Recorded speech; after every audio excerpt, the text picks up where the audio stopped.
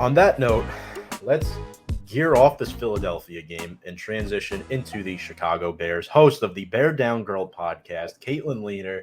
Katelynne, thank you so much for joining us tonight. Hope you're having a happy holidays and enjoying a nice Chicago Bears win. Yeah, thanks for having me. Hope you guys had a good holiday as well. Yeah, it's exciting to celebrate a Bears win. It doesn't happen often, so. Hey, well, you got more than us. One more than us. There's a lot of significance going into this game. But before we get there, why don't you tell people where they can find you and the Bear Down Girl podcast? Sure. So I have two different Twitter accounts. One is my personal one, which is at Katelynne Lener, just my name. And then at Bear Down Girl Pod, which I tweet about the podcast and give you updates on new episodes. So you can follow me there. And then the podcast I'll be dropping this a preview episode tomorrow night for this game, which will be up on iTunes, Spotify, Podbean, wherever you listen to your podcast. So there you go. Thank you so much for that information. And let's get into the questions. Now, folks, if you have any comments on the Giants-Bears upcoming game this week, Sam is stoked that you're on tonight. Hi, Sam. I believe we were all part of Andy's draft show back in April. Yes, I believe that was a rather interesting night. Never forget my reaction to Kadarius Toney. It was the exact same as Kevin McAllister in Home Alone. Oh man! Shout out Sam Cardona. But Katelynne, my first question to you is: the Bears are coming off a 1-point win against the Seattle Seahawks at Lumen Field. Your thoughts on Nick Foles doing it again? The way he just comes in. I know he may not start this week, but he just comes in and somehow magically gets it done for a team that's struggling. How did he get it done? It just, nothing he does anymore surprises me. Like, he's one of those quarterbacks you can fill in for a game. I wouldn't give him like half a season to start for us because I feel like we tried that and it didn't really work. But bring him in for a game, and I like my chances. And it's hard to explain what this Nick Foles magic is, but it just happens especially late games where we need a comeback. He somehow is able to do it. And against all odds when we're on the road and no one is expecting us to win. It's crazy. I don't know how to explain it anymore. It's just kind of like some kind of magic. It really is. Well, Foles was really on Sunday. Yeah. Obviously, Justin Fields and Andy Dalton, they're both questionable, but I'm really hoping it's not Foles because he's 3-0 against the Giants. Matt Nagy is 2-1, and we got a couple fun facts. We're always about having fun here. Now, the Bears lead the all-time series 35-24-2. And, Hank, I believe you wrote this down. That includes 6 pre-Super Bowl era matchups and 2 playoff games. Six NFL championships. I believe last one was 63, and then 2 playoff games. I want to say 85 and 90, I think. Fun fact, 85, I think the Giants were probably the closest team to beating the 85 Bears at all in the playoffs. 85 Bears. That might be the best. And they lost by 21 points, so it goes to show you how dominant that team was. But here's the not-so-fun facts, folks. The Bears haven't won at Soldier Field since Week 4 against the Lions in 13 weeks. But the Giants haven't won at Soldier Field since 2007, 14 years. So that is not good. Drones scored the go-ahead touchdown. You say Ruben Drones? Yeah, I think it was Ruben Drones. I could be wrong. I know he had a big game that day. If we can't remember, that's not a good thing. But Katelynne, Fields and Dalton, they both returned to practice for the Bears. Who would you start at quarterback on Sunday? If Justin Fields is healthy, he should be starting because he needs as many reps as he can get. And I understand, like, he's not going to be playing with the same coaches. You know, it's looking like pretty much he's going to have new coaches next year. I still think him just getting out there, getting reps on the field. I just don't buy the learning on the sideline. You got to be out there. You got to be on the field. And so much he has learned along the way so far. I just say, you know, these are crucial reps. Every single rep is crucial, especially for a rookie quarterback. And I want him out there no matter what. I don't care if we're not a playoff team. I think these reps matter. So I want him out there. Yeah, I don't really blame you. And first of all, let's talk about your take on Fields as a whole. And I saw on one of your social medias you posted a picture of a really cool Justin Fields throw blanket. Who got you that? My mom, I guess she found it online, ordered it just because, anybody who knows me knows how much of a fan I am. So, which I'm super stoked about. I do believe in him, and I've seen a lot from him this year that kind of gets me excited. He just needs the right coaching around him and the right players, and I think he has all the potential to be great. That was pretty cool, actually, not gonna lie. And Yeah. by the way, cheers to that. Cheers. And I mean, we're 4-11, so might as well drink up on this. But, yeah. Yeah. 4-11 versus 5-10. You got to find some positive. Yeah, something positive. But there wasn't much positive last year either. I remember we played the Bears in week 2, 17-13 loss. I think we might have had you on to either preview or review that game. Barkley tears his ACL. Giants were shut out in the first half. And I remember in particular, David Montgomery was the catalyst in that game. Mm-hmm. I believe he had a receiving touchdown early on. Should the Bears use a similar strategy this time around? Because it seems like when the Bears are able to successfully utilize Montgomery, that's usually when they have their most success. That's the key. And I've always believed David Montgomery is the identity of this offense. And we saw just this past week how he can be a dual threat where he can catch and get a, bunch of catches and have a lot of success there, but also running. He runs hard. He, first contact doesn't get him. He usually fights for every single yard. And I just think he brings so much to this offense. And the problem is I don't know if it's coaching, play calling. It's not as consistent. Why, for some reason, he doesn't get utilized enough. But whenever they do, whenever he hits at least 20 carries, like the odds of them winning go way up. Like they need him to be a crucial part of this offense. And I think no matter who they face, but in particular this week, especially coming off of last week, he should be the focal point. Absolutely. The Giants and Bears, two old school franchises that like to run the football and play good defense.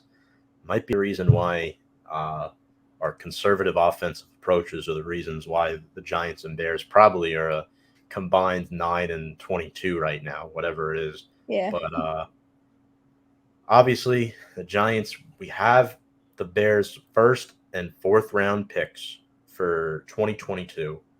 So there's a lot of talk there as to what could happen leading up into the game this week. If the Giants, a lot of Giants fans, obviously, I think all Giants fans should want to win, but a lot of Giants fans want to win to kind of like even out the draft picks and make sure they're both solidified top 10 picks. The Giants are struggling right now. Julian Love placed on the COVID list. Huge loss. I mean, the secondary is already depleted. Had a big interception in last year's game. Giants released Sam Beal and Darqueze Dennard from the practice squad. Matt Pert had season-ending surgery. They placed him on IR along with running back Gary Brightwell, along with Dexter Lawrence, who was a big key to stopping David Montgomery. He tested positive for COVID, along with Matt Pert's backup, Corey Cunningham. So it's not looking good. As Joe Judge mentioned, that both of those players are likely out on Sunday. So I think we're in a situation right now. There's so many players out for the Giants, and neither one of us know which quarterback is starting for our team. I think for you, Katelynne, it's probably going to be Dalton or Fields. For us, we're probably going to see both Glennon and Fromm. That's a catastrophe. Neither team knows who their starting quarterback is. That's when you know your football team's bad. Yeah, I think at least with us, it's just because the injuries we've been hit with injuries this year. So it's kind of is what it is. Yeah, this is very true. Hank, who starts at right tackle Sunday? Now that I'm thinking about it, I bet Nate Solder's probably coming back, right? Yeah, I would say it has to be. I mean, he's one of the longest tenured members of the offensive line, which really says something about how bad that offensive line is, and probably one of the highest paid members of the offensive line. And I would imagine he's probably going to be gone a year from now. So, yeah, I'm just going to say Nate Solder probably by default. She's got a point. Sometimes you have to laugh to keep from crying when talking about our respective teams. That's just how I look at it. There is the Mike Glennon revenge factor coming back to play Chicago, which is funny. That is a factor. Yeah. What was it 3-year, $45 million contract, something we're like that? we're still feeling the effects of that contract that we gave him. It's ridiculous. Yeah, one of many brilliant contracts that McCaskies have signed over the years. But in any event, I think the next question we have to ask, Cole Kmet and Darnell Mooney, they've pretty much come onto the scene. What ingredients do you think each of those players are going to bring to the table this week? Darnell Mooney, with him, this year he struggled with the drops. He's had, he has a lot of promise, but we've had to basically force him to be our number one with A-Rob Allen Robinson being out of the lineup most of the season. And Darnell Mooney, I think what he brings is like the wow factor, like the big plays down the field.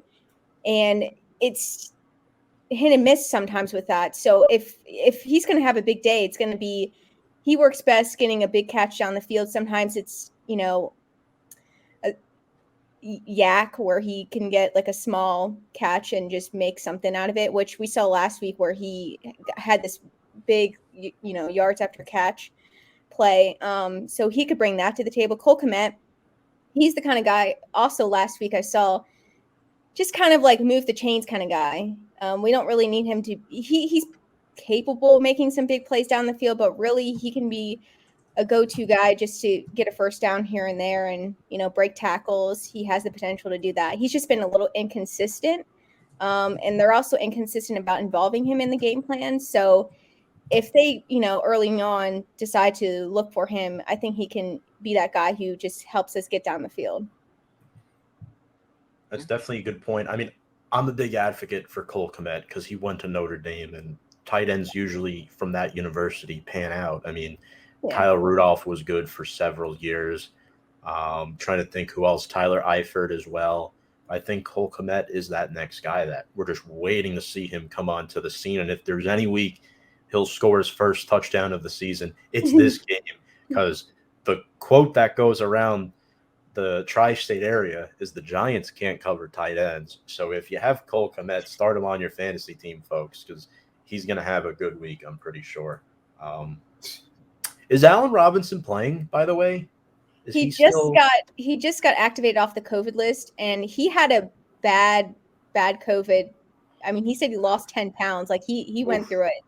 So I don't know how effective he would be. I don't know if they give him a week off just because that's a lot to get back into just game playing shape.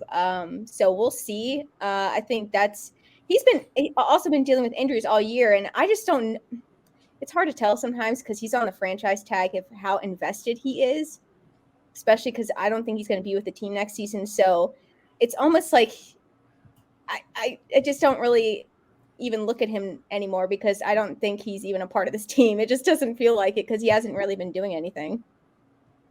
He really hasn't. It's been a shame. No.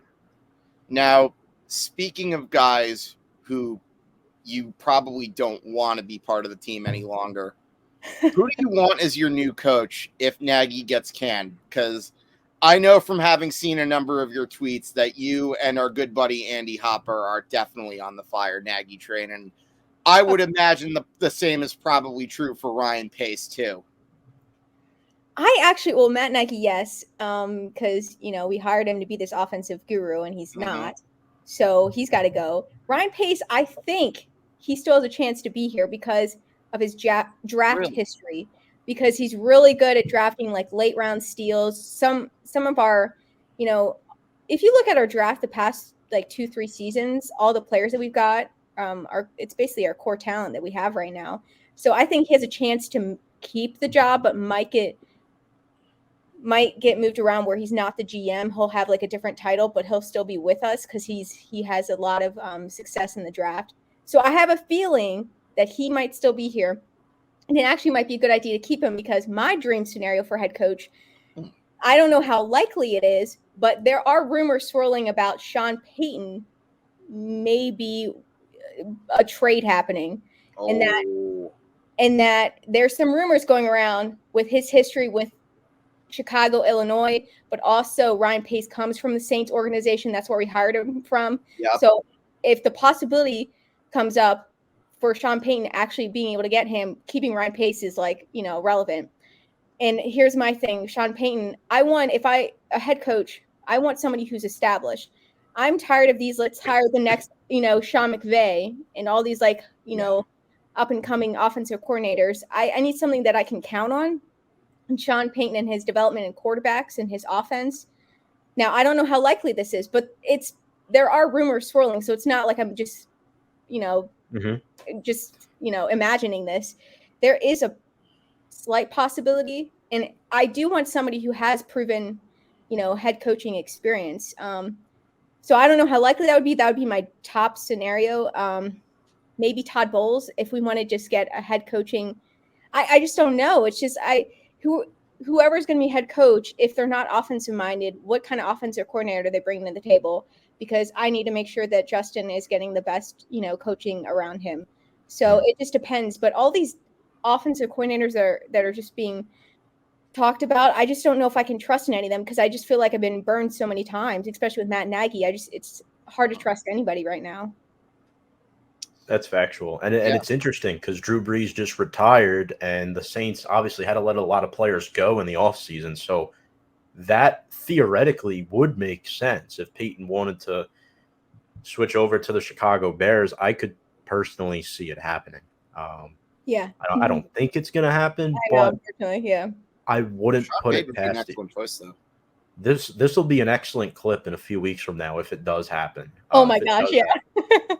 We'll have to pin that. Shout out Katelynne for predicting that. But yeah, I mean, I'm looking at the game this weekend. There's going to be a lot of extra motivation, a lot of extra wind in the windy city on Sunday, which leads us to our keys to the game. And Hank, I actually want to start with you here. Oh, really? Okay. Offensively, what is your key to the game? This is a really tough one. Oh, I know. How about scoring points? Maybe a touchdown or two. That would help. All right. Well, with that being said, Katelynne, I've got to ask you because it's been on my mind for days. Do you see the Giants scoring a touchdown on Sunday?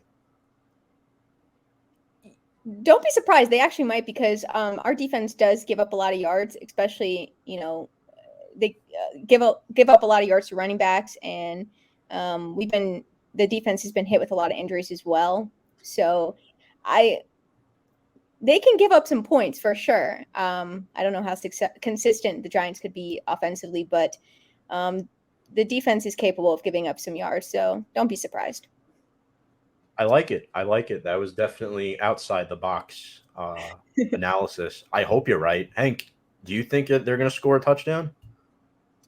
I mean, a blind dog finds a bone eventually, right? So I'm going to say maybe, but then again, I shouldn't be too trustworthy because, as I've stated a few episodes ago, the Giants make scoring touchdowns seem as difficult as trying to solve advanced calculus. I mean, I can relate to this dealing with the Bears offense, so I understand what you guys are going through. Sam says, Hank, you're a genius. Points in all caps. Well, we have to score points. Katelynne, what's your key for Chicago? Well, it's definitely got to be, who's the quarterback? That's my first question. Because that's going to change the whole game plan, depending on who the quarterback is. Right. But I think it has to start with David Montgomery. We need to have the same game plan we had last week, which was basically he should be the bulk of the offense. I want to incorporate Khalil Herbert, our rookie running back who filled in a little bit, who had a lot of success. He did finally break out for a big touchdown run last week. I'd like to see more of a, 1-2 punch with our running backs. I'd like that to be our game plan. I've been, screaming for that. It hasn't happened. Hopefully maybe they're finally getting it. And then I don't know about the receivers because it's really Darnell Mooney and who else, who is going to contribute is the big question. But it needs to be about running the football. Defensively, I just want to see Robert Quinn is one sack away from breaking our single season record for the Chicago Bears. So I want to see him just go out there and have a monster game and get a couple sacks. That's me personally. Defensively, I just think if they make more of an effort at stopping the run, I think they can have more success, and then just continue to get to the quarterback, which is they've been one of the best defenses this year in getting to the quarterback. So that's where I'm at with them. I agree. I think Montgomery has to be the catalyst. I mean, the Bears' 28th ranked offense, but a little bit better than ours. I know the offensive line, not a big Sam Mustipher fan. No. I think James Daniels is okay. Cody Whitehair is okay. Yeah. I don't know what the tackle situation is like, if it's going to be Jason Peters or Mayfield out there. I think Peters was limited today, so hopefully he's missed a couple games. We've kind of been shifting our rookie tackles, Tevin Jenkins and Larry Borum, and Jermaine Ifedi, he's been playing at right tackle, so it's going to be those guys most likely. Mm-hmm. Yeah, so basically the battle of the trenches is going to be key. Giants have been outrushed by a wide margin in many of their losses this season. I think winning the turnover battle is going to be key. I mean, we lost ours last week 2-0. And I think pressuring Justin Fields, right? Because Justin Fields, if he plays, or Foles. I think, or Dalton. Prepare for anybody. It's a mystery box. Fields has been sacked 36 times in 12 games. That's 3 sacks per game. That's bad. So I think if the Giants can pressure Justin Fields, they have a chance. But we'll see. And that's where the Giants' strength is defensively. It is their secondary and their young edge rushers in Ojulari and Roche. They're just not fully polished players yet. I think once they reach their full potential, they're going to be very dangerous. But when you take Dexter Lawrence out of the equation, now the Bears can focus on doubling Leonard Williams, preparing for those stunt moves at the 3-tech position or the 4-eye, wherever the Giants decide to play him. So, Hank, anything else you want to add on keys? What's another thing I love to stress that I cannot stress enough? Oh, I would say maybe, getting off the field on third down. I think for both teams, that's key. I mean, I think both teams are going to do it pretty well. Wouldn't you say so? I mean, the Bears have a great defense. We're talking about Roquan Smith, Robert Quinn, Eddie Goldman up front. I mean, against this Giants offense. I was going to say, I like their chances better against the Giants. They have struggled getting off the field against other teams, but I think they're facing a team that's kind of like equal to them. So I feel like they could have a big defensive game. But it is something they've struggled with, getting off the field on third down. They've given up big third and longs multiple times. It's become a recurring issue. So if they can manage that when it's like 3rd and 15, getting off the field, that's the key for them. Right. And now moving into like players to watch, who would you say, if you had to pick one player offensively for Chicago and one defensively, who are you keying in on and expect a big game from on Sunday? For the Bears offensively, the easy answer is David Montgomery, but I'm gonna throw you for a loop and say that Justin Fields, because I think the fact that he's already practicing this week, it's looking good that he's going to play this week, and I think if he's healthy, he's going to be starting. And I think, knowing him and his personality, he's going to come out there with some juice. So I think he's going to have a big game, especially against this Giants defense. So I'm going to go with him. Obviously, if he doesn't start, this doesn't make it, doesn't matter. But that's my prediction. Defensively, I think it has to. Robert Quinn is on a tear. He has 17 sacks on the season. He's voted to the Pro Bowl. He's having a monster season. I mean, we haven't been seeing this from Khalil Mack the past few seasons. Like, Robert Quinn has really been our guy this year. And so, especially with the record on the line for him, and I just think, the quarterbacks he's going to be facing potentially, I think he's going to have like a huge game. I really do believe that. I like it. 17 sacks. I mean, he's picked up the slack with Khalil Mack being out for the rest of the year. So that's definitely a good one.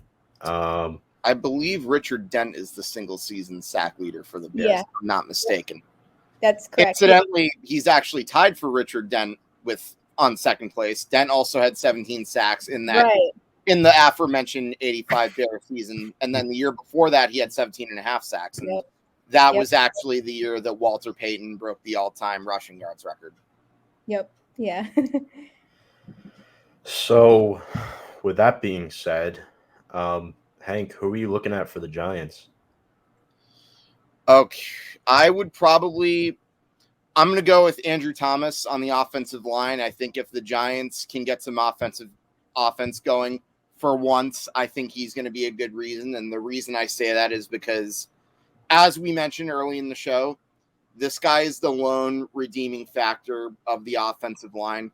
He has only allowed one quarterback sack in the last 462 snaps. He is somebody that you absolutely have to build around in the future. And I think if the Giants win this game, he's definitely going to have a big part in the victory. That's a good one. I like that for sure. Katelynne, anybody from the Giants? I mean, I know there's not much. Let's be realistic here, but who are you? I don't even want to say like scared of, but like who catches your eye that might pose a matchup problem for Chicago? So what's up with Saquon right now? Is he actually going to play this week, or what's? I think so. Because I feel like that's the only potential like threat, if there's anything. But I honestly, no offense, guys, I just don't. No, when I think of the Giants, I don't think of anybody in particular. No, you're not offending us. We know we know he hasn't been doing the best regarding his like recovery from the ACL. And I mean, I know it also doesn't help that he doesn't have a great offensive line either. But then again, Devontae Booker at least had some good games with that offensive line. So I don't know if I could even use that as an excuse. I'm really disappointed. That's all I can say. And at the end of the day, Saquon's also a guy that kind of goes a little too fancy with his running. So, yeah. If he plays, keep an eye on Kadarius Toney, because I think Jalen Johnson's going to be matched up against Kenny Golladay, and Kadarius Toney still, with all the games he's missed, leads rookie receivers in yards after the catch. Still looking for his first NFL touchdown. I think he could create some mismatches against the slot backs for the Chicago Bears. We'll see what happens with that. Obviously Eddie Jackson back there, Tashawn Gibson, and one name you guys are going to want to remember is Thomas Graham. He's a rookie that we just finally brought off the practice squad. In the past 2 games, he's been amazing for us as one of our other cornerbacks. So just keep your eye on him. He might shut down your receiver. Interesting. Okay. That's a good player to watch. I mean, for me, it's Cole Kmet, guys. Giants, they're not going to be able to cover him. I think Roquan Smith is going to be stuffing Barkley up. He won't even get to the second level. Guy's got like 150 tackles on the season, and a former Giant, Alec Ogletree. Yeah. He's done some. I mean, he's okay, but as of lately, he's been pretty awesome. Yeah. Defensively, I think we've got a gem in Xavier McKinney. 5 interceptions on the season. He's looked really nice. Just missed the Pro Bowl by the skin of his teeth. And then we got Leonard Williams playing through that elbow injury. I still think he's a top 10 to 15 interior defensive lineman in the league. And then Lorenzo Carter finally decides to leave his hibernation. 3 sacks in the last 2 games. His only 3 of the season. Makes no sense. Only took him 14 weeks. Only took him 14 weeks. No big deal. That's a guy I totally want on the team next year. Yeah. I don't really know what else to say. There's not many other players to watch for either team. But, Hank, if I'm stealing a player from the Chicago Bears, I'm stealing Roquan Smith because we need linebackers. We don't have any. Our only good one is Blake Martinez, who's out for the year with a torn ACL. I miss him. So we could really use Roquan Smith because right now it's going to be Tay Crowder and Jalen Smith starting on Sunday for the Giants at linebacker. The only other player I can think of besides him, I would have to say Robert Quinn. I mean, 17 sacks speak for itself, and the Giants are going to need to fix their edge too. So I can't not think Roquan Smith is, Robert Quinn. Gosh, I'm getting two really good defensive Similar players. names, yeah. You know what I mean. Both of them would help the Giants. That's the point. Katelynne, who would you steal from the Giants? I know that might be a difficult question, but who would you steal from the Giants? And I guess you could include injured players out for the season as well, if that helps. We need some wide receiver help right now. Because oh my gosh, our depth is like terrible. So your rookie, Kadarius Toney? I'd probably want him just to help out with Darnell Mooney and just have another option for us because Allen Robinson really hasn't been available for us. So that's probably the only player I could think of. He's a good slot receiver too. Yeah.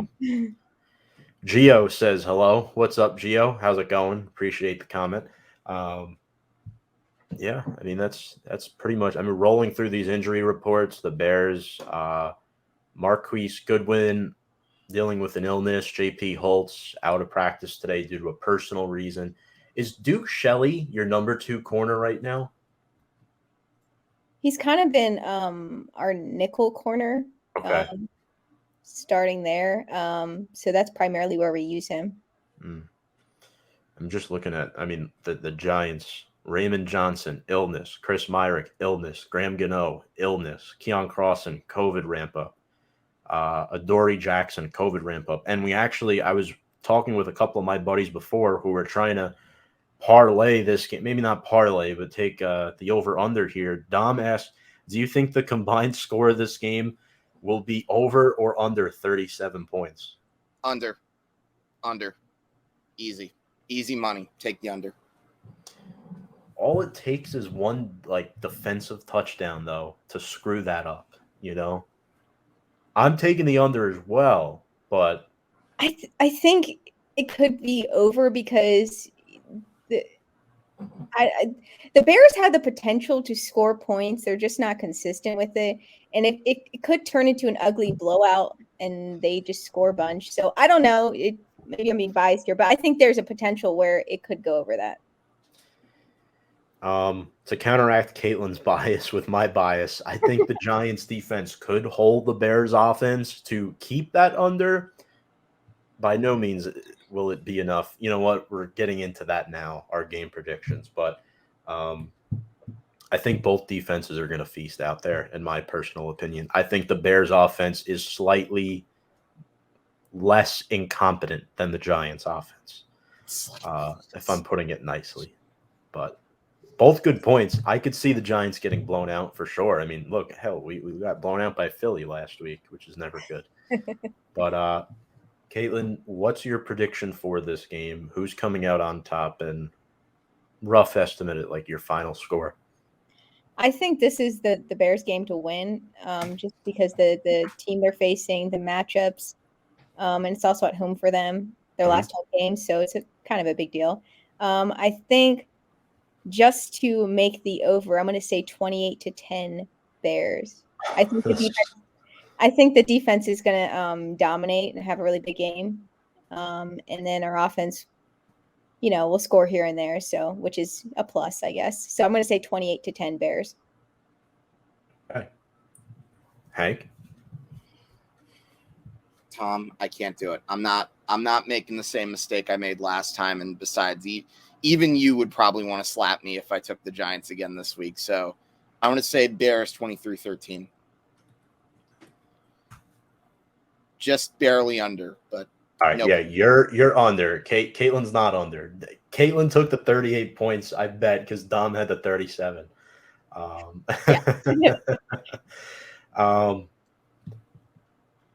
Look, the Giants are not winning this football game. I think it'll take a miracle for the Giants to win. Could the Mike Lennon revenge factor play into it? Maybe. No. Who the heck knows? No. Chicago's going to win by a final score of I'm gonna hit the nail on the head here. I'm gonna say they're gonna win 20-13. I do think the Giants score a touchdown on Sunday. 33 points. Hit the under, folks. So all three of us clean sweep for the Chicago Bears. You know what that means? First comments with Soldier Field. Those out are our predictions, folks. We all predict the Chicago Bears will improve to 6-10 on the season. But Katelynne, is there anything you wanted to add here tonight? Any other insight on the Chicago Bears or anything before we let you go here? There's also the Justin Fields and Jake Fromm. Jake Fromm, didn't he go to Georgia or something? Georgia. He And replaced Justin Fields at Georgia. Yeah. was transferred to Ohio State from Georgia. So Justin Fields is a super competitive guy, and he likes to one-up people. So if Jake Fromm's out there and Justin Fields is out there, beware. Yeah. We will see what happens if Jake Fromm gets out there. I'm almost positive Mike Glennon going to start the game because of what happened with Jake last week, but we will see what happens. That's another interesting storyline to look out for. So, but on that note, Katelynne, where can the people find you one more time? Bear Down Girl Podcast. Sure. So you can follow me on Twitter at Katelynne Lener, and then the podcast Twitter account is at Bear Down Girl Pod. During the season, I drop 2 episodes a week. Tomorrow will be my game preview episode, and then Tuesday I'll come back to recap that game. So in the podcast, I drop it on iTunes, Spotify, Podbean, however you listen to your podcast, you're able to listen to it. So that's where you'll find it. Katelynne, thank you so much for joining us here tonight. Best of luck to your Chicago Bears on Sunday. Bear down, and we will talk to you again in the future. So best of luck. For sure. Thanks, guys, for having me on. All right. Thank you.